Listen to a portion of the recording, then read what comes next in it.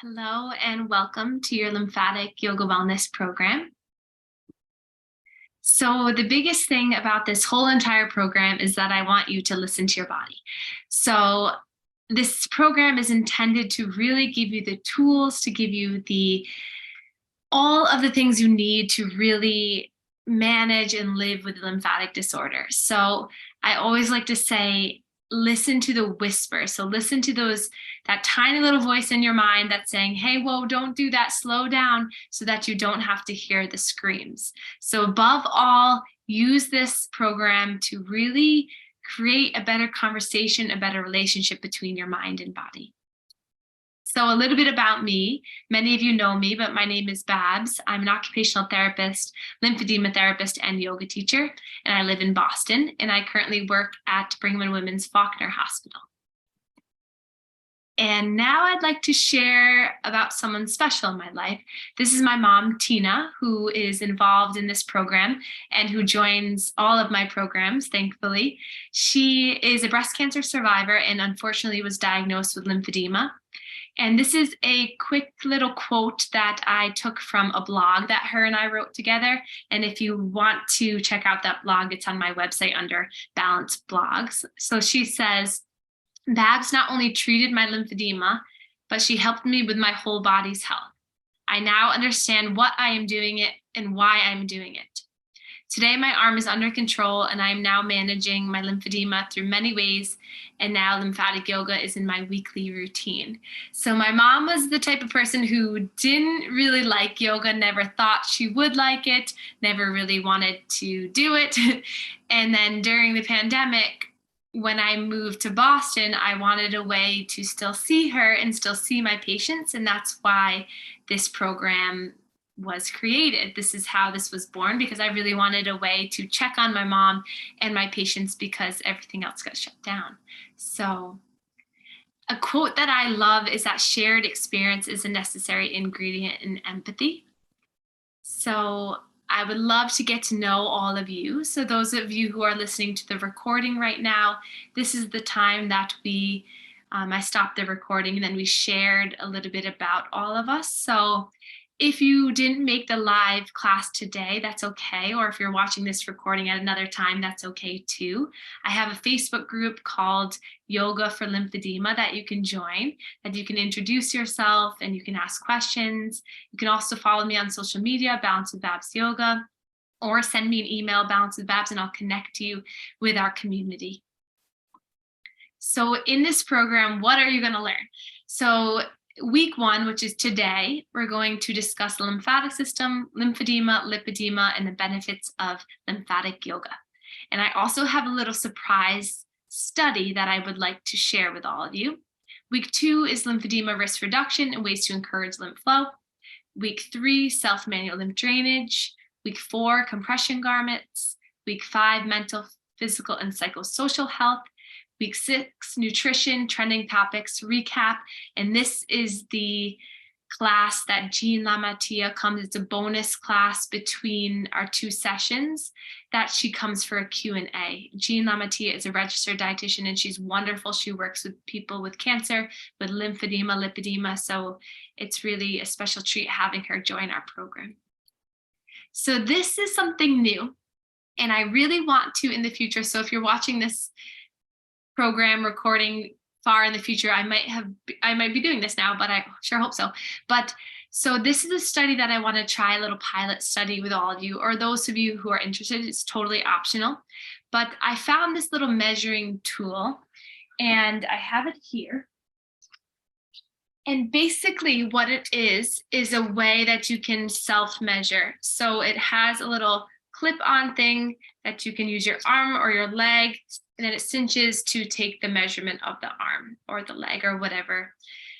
So I would love for all of you, if you're interested, to partake in this kind of self-study and create your own data, create your own measurements, and kind of keep track of how you do. So I will send you this measurement form, the link to purchase this, or you can just use a regular tape measure, no worries. and this scale. So the LLIS is a Lymphedema Life Impact Scale, and this is a wonderful scale to determine how lymphedema has impacted you mentally, physically, socially, and then to see how far you'll come. So that is a little extra piece that, again, if you're in this program now, I will send the email today, but if you're watching this later on, feel free to send me an email if you'd like this material. So every week we'll spend 20 minutes educating. So I'll have a PowerPoint presentation. I'll start with education. We'll have a discussion together, and then 40 minutes of our lymphatic yoga, which includes our self-manual lymph drainage. The discussion portion of this program is not recorded because I really strongly believe in protecting our participant privacy. So you'll only see me for the recordings, but that's okay. You'll have, again, many opportunities through Facebook, through social media, and through upcoming programs to connect with one another and share. So each class, and this is for those of you who are in this current program, you will be provided with these links: the Zoom link, the class lymphatic yoga recordings and education recordings, homework videos, and additional education. So I recommend that you practice lymphatic yoga about 2 to 3 times per week, so maybe every other day. And you can use these 30 videos throughout this next 6 weeks to keep on track. You can also check out my YouTube channel, Balance with Babz, that has a ton of videos, and also on my website too. So session 1, here we are. Today is it. What is the lymphatic system and what are its functions? What is lymphedema? What is lipedema? What is lymphatic yoga and what are the benefits? So first things first, we need to start by talking about what is the lymphatic system, right? So we start with anatomy. So the lymphatic system develops at week 5 during pregnancy. It touches every corner of the body, including our brain.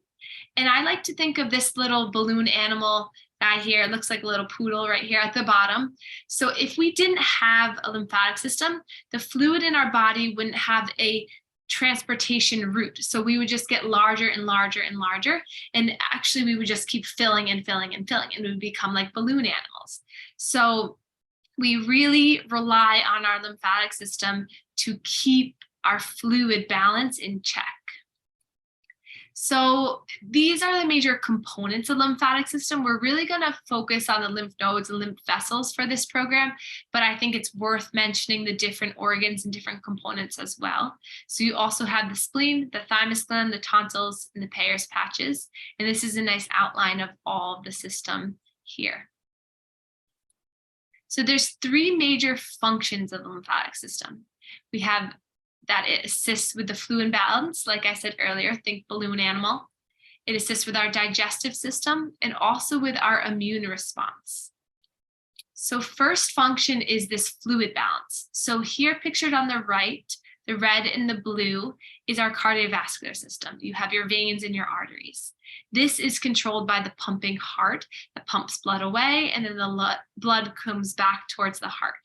So you can see that right here on the left, the lymphatic system directly mirrors the cardiovascular system. So wherever the cardiovascular system is, the lymphatic system is. And that's there because a portion of the fluid from the blood gets dumped out into the tissues, into something called the interstitium, where the lymphatic system comes along, grabs that fluid, filters it, transports it, and either brings it back to the heart or dumps it out and removes it as waste.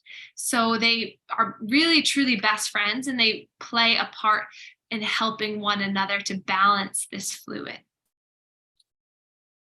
So again, it's through this fluid balance, it returns the protein and the capillary filtrate, the water from the interstitium, the tissue, back to the systemic circulation, the heart, to prevent this accumulation of fluid in the tissues, aka the balloon animal. Function number 2 is it assists our digestional absorption.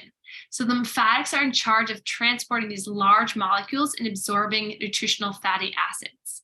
So it's really important to have this lymphatic system in our digestional tract, around our digestional tract, to eliminate bloating, eliminate constipation, eliminate these kind of stagnant fluid areas. So in our abdomen, that's the largest area of lymph nodes. So having this strong lymphatic system to pump the fluid, to filter the fluid, helps with our digestion.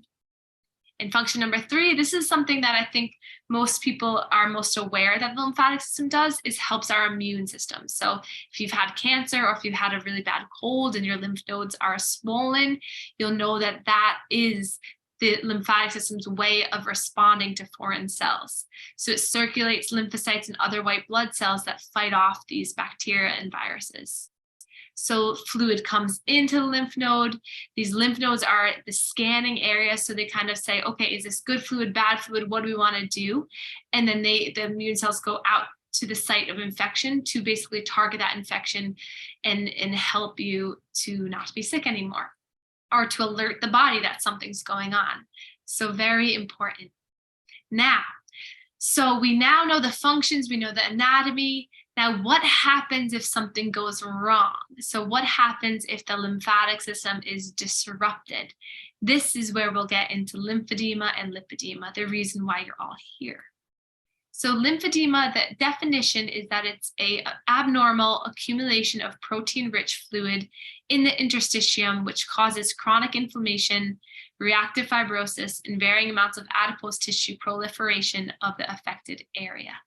So what does that mean? It means that something went wrong in the system that caused that fluid that was hanging out into the interstitium to become more protein rich, and less fluid is going away and more fluid is staying. So there's about 3 to 5 million people in the US alone with some form of lymphedema. And in more underdeveloped countries, the main cause is a filarial infection caused by a parasite. And more of the developed countries, such as here in the US, mostly it's secondary or acquired lymphedema from cancer, and predominantly breast cancer. And we also have primary and secondary lymphedema. So primary lymphedema is something went wrong with the lymphavascular system. So something was either underdeveloped, overdeveloped, or absent. So something's going wrong with the vessels, with the genetic makeup, and this can pop up at different parts of your life. So either congenital, so you're born with it, a defect is noticed right away.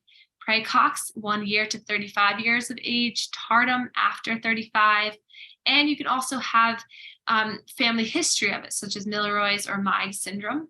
So this is something that you're born with it, but it can come out or appear later on in life. Secondary lymphedema, which most of you who are joining this program now have, it's a disruption of the lymphatic system due to something. So you were born with a quote unquote normal lymphatic system, and then something has disrupted it.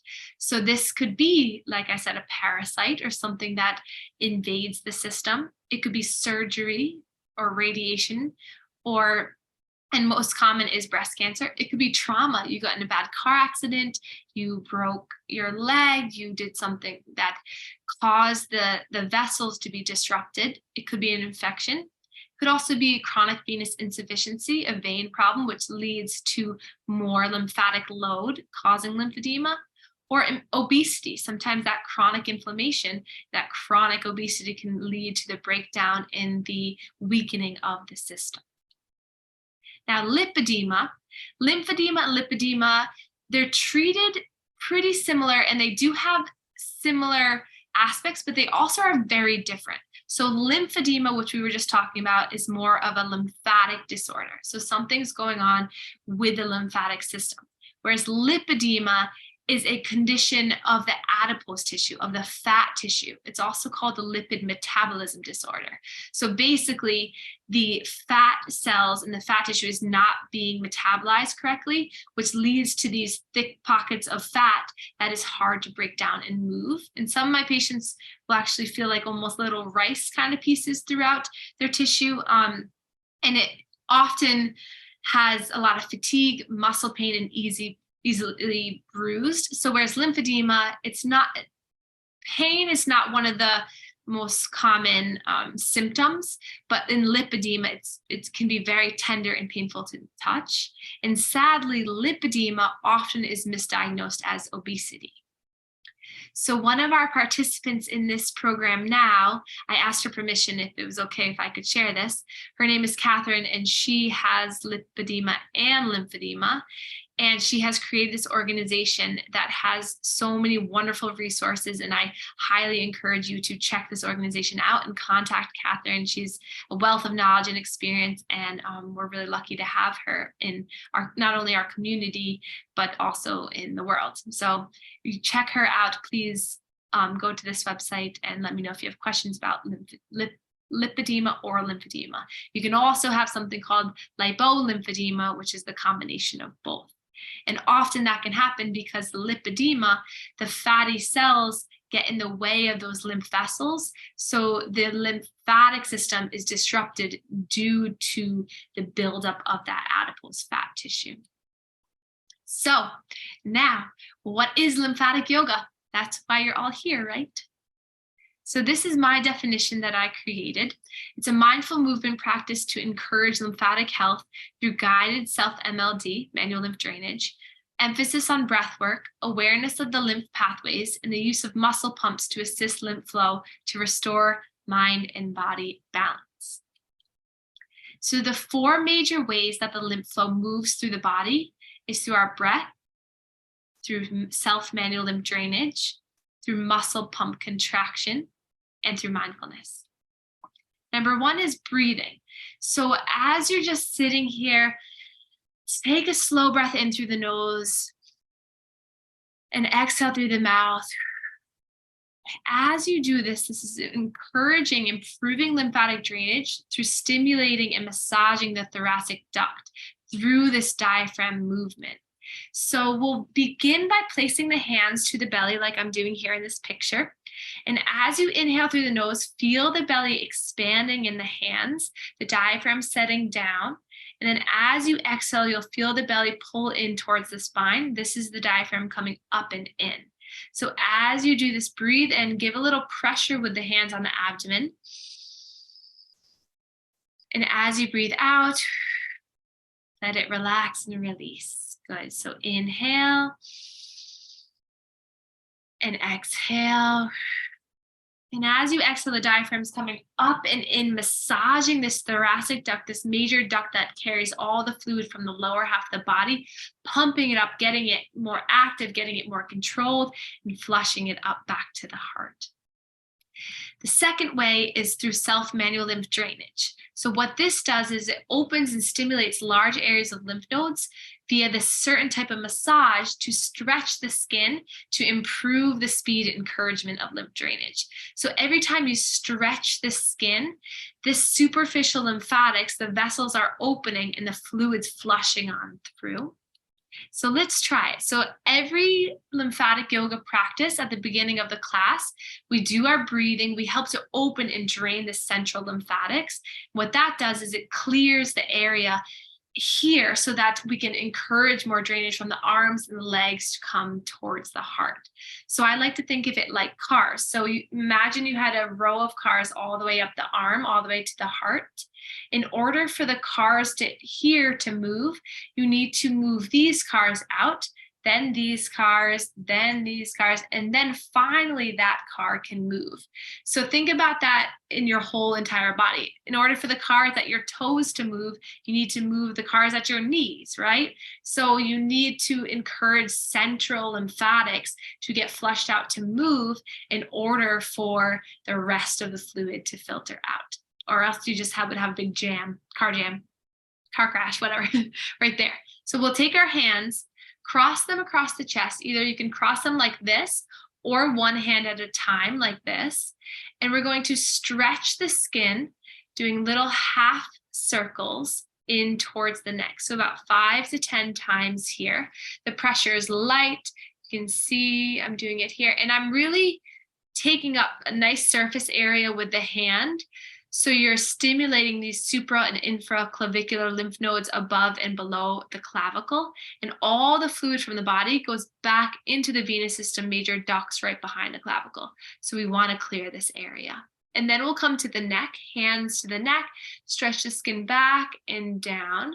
So really encouraging that fluid to drain down in towards the collarbones.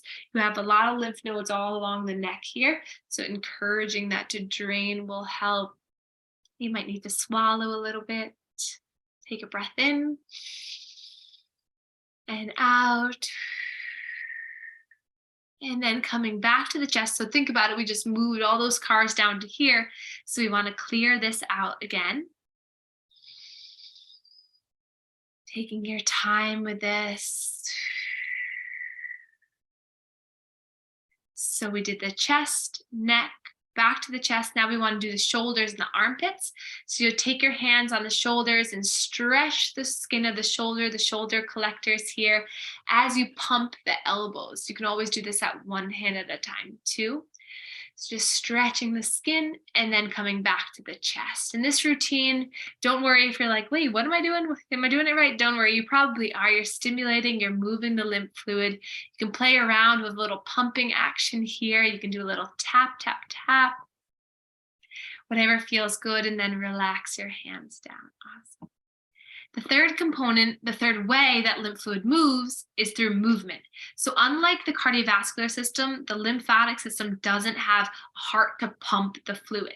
So we really have to rely on our muscle pump activation to move this fluid, to encourage this muscle contraction, to get the fluid to move through the vessels. So our muscles really act as this pump. So the more strength we have, the more control we have, the more muscle contraction we have, the more we're going to flush that fluid out. And that's why our yoga poses, our sequences are so important for building core strength, building bicep, tricep strength, building calf strength to really move the muscles so that that fluid can move easier. So one pose that I really love to do is just a side body stretch as I'm doing here. So just place one hand in the lap, lift one arm up and stretch over, just so you feel a nice stretch all the way down the side body from the armpit all the way to the hip. Take a breath in. And then release down, and then the other side. You can shine your heart up towards the sky, gaze up, feeling the stretching down, side body, and then releasing down. And our fourth and final component of our lymphatic yoga, and the fourth way that lymph fluid moves, is mindfulness. So I love to say, in order to heal, we must feel. So we need to change and restore our mindset while dealing with this chronic condition. So if we can increase our awareness and our intention to our body, we can figure out where that fluid is stored, then we can better listen and respond. So through our deep breathing, our mindfulness, our meditation, we're stimulating the parasympathetic nervous system, which is our rest and our digest system. So if we're able to relax and restore and calm everything down, then the system's able to work more appropriately and more smoothly. And a big thing I want to take home is that a chronic condition does not mean loss of control. So through this program, you'll be provided with the tools, techniques, the guidance and love that you deserve and that you need to really take this condition, live successfully with it, and really feel the comfort of knowing that you are in control. So there's so many benefits, but above all, physically we'll build strength, mobility, and stability. And mentally, we'll build more clarity in the mind, relaxation, and wholeness. So our quality of life will improve by establishing this mind-body balance. So the biggest takeaways from week 1, session 1, are that breath work, lymph massage, movement, and mindfulness improve lymph flow to benefit your life and your lymph. And I look forward to seeing you next week. Please work on your homework videos. They're there for you. Take advantage of this time with us, and I look forward to seeing you soon. Thank you.